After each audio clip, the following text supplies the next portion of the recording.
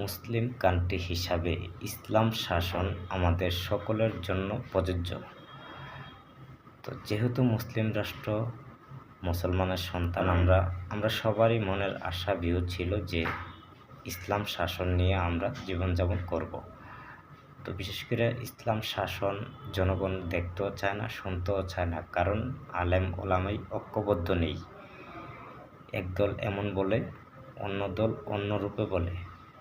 এই যে হাত পাকা মার্কা একজন, উনি তো বড় পীর সাহেব, তো উনি একটা দল, উনিও সরকার সংগঠন তৈরি করার জন্য প্রস্তুত।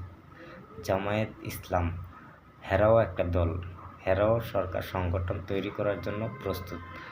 তো আলেম ওলামাই যদি ভালো হইতো, ঐক্যবদ্ধ হইতো, জনগণ ভালোবাসা না দিয়ে পারতো না। কারণ মুসলিম রাষ্ট্র, ইসলাম শাসন আমরা সবাই চাই, কিন্তু আলেম ওলামাইদের কার্যকলাপের কারণে আজকে এই ইসলাম শাসন আমরা চাই না। কারণ ইসলাম শাসন হবে না।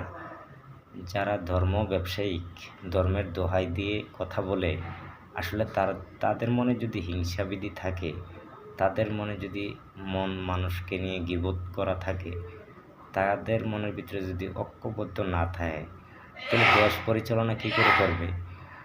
তাদের হাতে যদি বাংলাদেশের দায়িত্ব দেওয়া যায়, আমার মনে হয় জনগণকে চেনার সুযোগ তাদের মাঝে থাকবে না। ইসলাম শাসন হবে বা দূরের কথা, ইসলাম শাসন করতে গেলে ঐক্যবদ্ধ লাগে।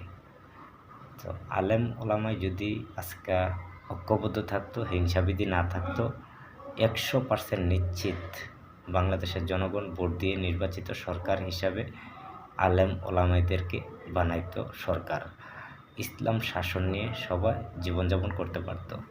তো আলেম ওলামাইদের খাইচ্ছতে, আলেম ওলামাইদের ভুলের কারণে, ঐক্যবদ্ধ না থাকার কারণে, হিংসাবিধির কারণে জনগণ তাদের শাসন চায় না। তো বিশেষ করে জনগণ যাকে চায় সেই নির্বাচিত সরকার হবে। তো মূলতভাবে ইসলাম শাসন জনগণ চায় না। কারণটা কি? আজকে আমি বিশ্লেষণ করে যে বিষয়টা পাইলাম, স্পষ্ট ক্লিয়ার হয়ে গেছে। বিভিন্ন জনগণ বলছে আলেম ওলামাদের ভিতরে এত হিংসাবিধি, তো তারা দেশ পরিচালনা কি করে করবে? তাদের ভুলই তো তারা সংশোধন করা সম্ভব নয়। তো জনগণের ভুল কি সংশোধন করবে? তারা দেশ পরিচালনা করতে ব্যর্থ হবে, তারা দেশ পরিচালনা করতে পারবে না। ফাউকা তাদের নিয়ে ভাবনা চিন্তার দিন সবাই মন থেকে ছুঁড়ে ফেলুন। আসলে আমিও ভেবে দেখলাম, আসলে কথাগুলো বাস্তব। কারণ তাদের ল্যাঙ্গুয়েজ ঠিক নেই। হিংসাবিধি যতক্ষণ থাকবে কিচ্ছু